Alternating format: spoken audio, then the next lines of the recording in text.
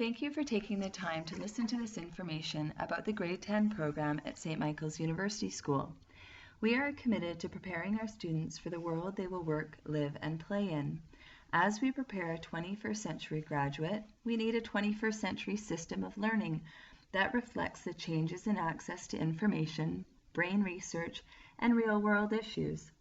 This is a shift to more learning experiences. For the last 8 years, we have offered a successful experiential program for students who applied to participate.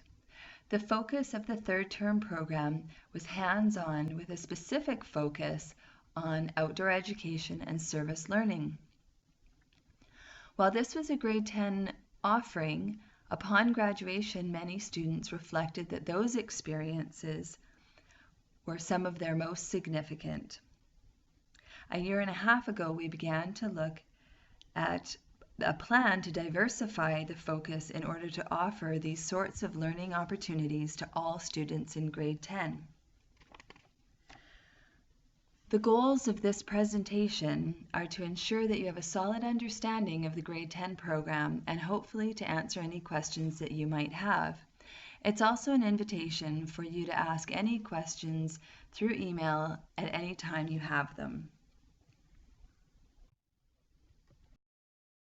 Designed to offer a learning experience that builds upon and enhances classroom education over the course of the year, the Grade 10 program offers students a mix of an excellent academic foundation and an intentional focus on experiential, hands-on, real-life education. There are 5 central goals that are bulleted here on the screen.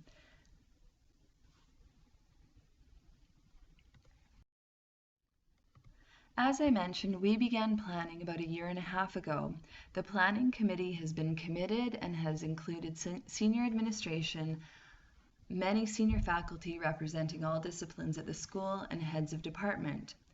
Along the way, we have sought feedback from parents, different student groups, and faculty from the junior, middle, and senior school. We've also looked outside our school and sought feedback from external organizations and universities, and primarily American schools that are leading in this direction. While we do have amazing teachers, we wanted to ensure that all teachers felt equipped and skilled to teach in this experiential way. We have embarked upon a variety of different professional development opportunities and will continue to do so over the year. So what will this year look like? As usual, our students will participate in an outdoor education trip in September. This will be a 5-day trip with a variety of options to choose from. Upon their return, students will participate in an orientation day, which is a new addition. This will be our opportunity to set the intention for the year through a variety of initiative games which the whole grade will participate in. In October, November, January, and February, there will be opportunities for students to participate in afternoon expeditions. This will mean students will be out of regular class and participating in learning in a hands-on way. They will have an expedition in each of the following themes for a total of 4 expeditions: global citizenship, arts and humanities, career and life skills, and fitness and wellness. Each expedition has 4 afternoon sessions running from 1 o'clock until about 3:10. These expeditions are alive with discovery, inquiry, critical thinking, problem solving, design thinking, and collaboration. In March, students will gather again to choose their June expedition, which will be a 5 to 9 day trip. The pursuit is a time for a student to put together some of their learning from the different experiences that they've had, to decide what they want to focus on in more detail. June will be the opportunity for the discovery. They'll return from their 5 to 9 day expedition, answer some essential questions, and present their culminating assignment. So what changes will we notice? While the emphasis is on hands-on learning, These experiences enhance the classroom education. They're not exclusive of one another. The focus is on real-world issues, simulations, and projects with a purpose. The approach to the topics is multidisciplinary. These are not course field trips. These are opportunities for teachers and students to incorporate design thinking and critical thinking approach to problem solving. Now, how is this different from the experiential program? The key difference is that it will involve all students. Because we had a specific focus for the experiential program, the focus of the grade 10 program is more diverse. There are more diverse choices, and we hope to cross all sorts of interest areas. It's also year-long. Something that was built into the experiential program, but not in such an intentional way, is reflection time, and that has been built into the grade 10 program. There's also curricular integration, so each of the afternoon expeditions will have a tie back to the curriculum. And this will include all courses. So some of the key elements, I've already mentioned the orientation at the start of the year. This is where we identify the expectations and introduce the idea of the pursuit so that the learning will be woven through their whole year. Their outdoor week. One of the key elements will be the experiential education and the experiential learning that happens in each course. Regardless of the course, teachers have emphasized the importance of weaving an experience and that approach into the curriculum of that course. For example, in Science 10, the science teachers in earth science, chemistry, biology, and physics have gathered together to create a culminating assignment that is multidisciplinary and that will happen in the last 3 weeks of the school year. Coursework will be completed, their provincial exam will be written, and then they will finish off the year with a major forensics unit. I've been using the term experiential learning, and really in its most simple form, it is doing something, reflecting on what you've done, and then applying your knowledge to some other area. We have expanded that, and we have brought some of the best theory into from project-based learning, inquiry-based learning, design thinking, and experiential education, and we have created this model for our teachers to use. What it will look like is the students have a direct experience. They're learning by doing something. They've got a challenge, a question, a problem. How do they approach it? What organization might they help? What issue exists that they might be able to find the solution for? The second piece of it is, what is the relationship between what's learned and the academic experience in the real world? We keep on tying those two things back to the experience. So the student learned something. How do they interpret it, and how do they connect it back to what they already know? Then there's some intentional action. So they see an opportunity, can they do or create? This may happen during the afternoon expedition or June expedition, or this may happen after it's been completed. And the fourth stage of this is personal growth. This is the enduring understanding. So I'm different now than when I started. I tried something new, and how did I grow? What would I evolve? What would I change? Afternoon expeditions have explicit purpose, guided by learning goals that students take ownership of and responsibility for. The expectations remain high in order to bring out the best in all students. These will cover these 4 themes. They are once a month for the 4 afternoons. So students will have 4 opportunities in the year to focus on 4 different topics. These will all be connected back to the school curriculum, but will be approached in a multidisciplinary way. Here are some examples. When we look at this list, you see a great diversity in offerings. Just to go into a couple in a little bit more detail so you get a clearer sense of what students will be doing, I'll start with game or app design. In this situation, it's not just going in and learning how to do app design.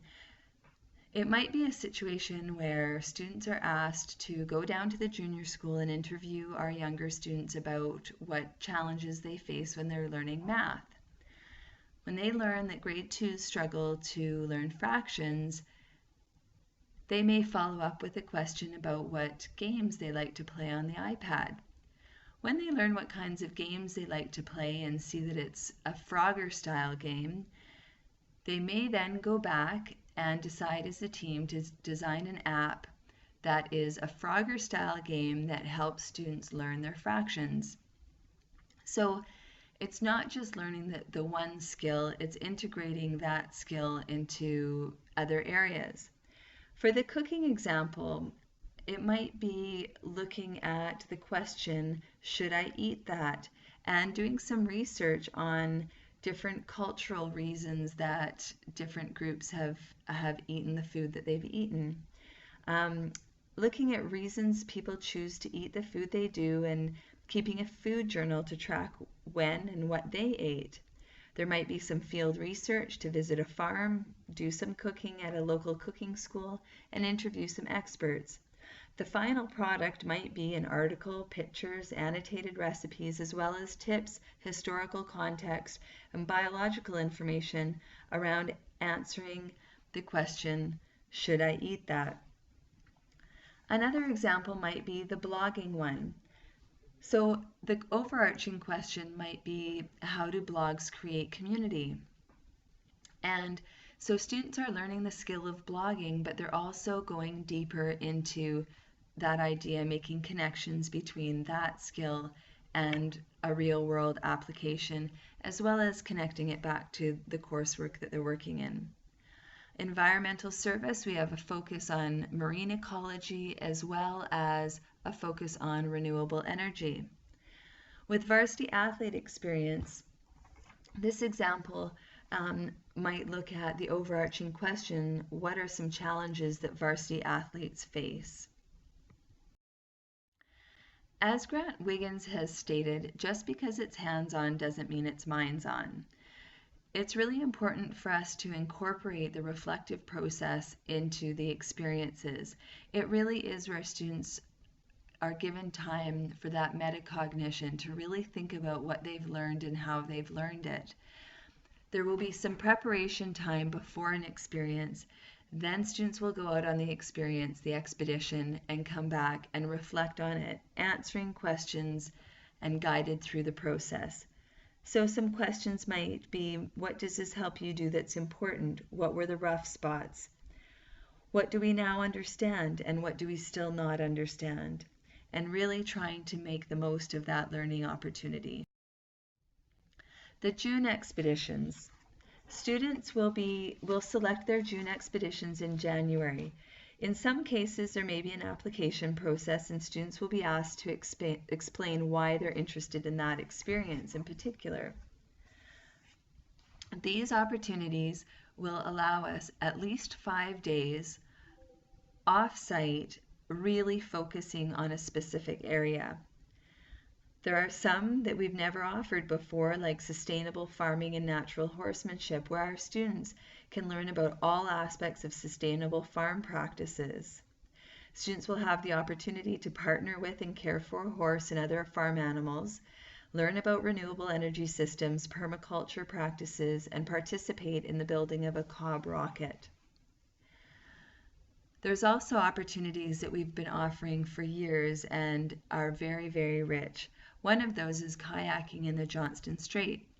This opportunity allows our students to understand the complexities around fish farming and wild fish stocks, First Nations communities, and marine biology. The discovery is the final assignment. This will count for marks in the students' courses. It pulls together the learning, the experience, and the application to new opportunities through obvious links to the curricular material. This will enable the students to consolidate and formally express their learning during the program and beyond. We will be asking the students essential questions in each of their course areas. Regardless of the June trip that students went on, each of these questions will be asked and will be applicable. It really emphasizes the point that learning happens through all sorts of different experiences, and there are different ways to apply your learning. So on the screen are a couple examples of the many essential questions that might be presented to the students.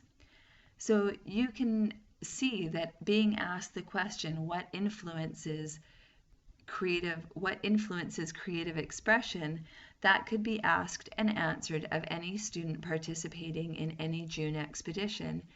They would have to dig down, reflect on the experiences that they've had to answer that question. Now that I've described the key components to the grade 10 program, there still may be some questions, and I invite you to send me an email if you have those. In anticipation, however, I have a few here that you may still have. We do have students who take courses out of grade, and for any grade 10 students in that situation and missing any of the classes with their afternoon expeditions, they will be responsible for the material that they've missed. We're a very supportive faculty, and we are very accustomed to students missing classes for a variety of reasons. And mathematically, I've been told that students will only miss 8 to 10 lessons at the most if they're in a grade 11 or out of grade course. Math 11 for grade 10 students is considered a grade 10 course, so that one is fine. That'll be scheduled in the morning along with English, math, and science, and those will not be missed because those are provincially examinable. Extracurricular commitments will be honored. We will have everybody back on campus by 3:15. I also work very closely with the Director of Athletics to ensure that all athletes are back for their sporting fixtures. In terms of guidance for making the choices, the academic advisor for grade 9 will be involved, as well as the homeroom teachers. Choices for afternoon expeditions will be made mid-June. The cost of this program is included in tuition. There may be some surcharges for the June trips, and that will be heavily advertised before students are allowed to make selections. Parents will receive all sorts of information about the June trips before students are asked to make a choice. We will do the surcharge in a similar way we do the outdoor ed surcharges, so we hope to cover the majority of them, and there just may be a couple with surcharges. How can you learn more and ask individual questions? Please feel free to send me an email if you have questions, and I'd be happy to respond and answer your individual questions. Thank you so much.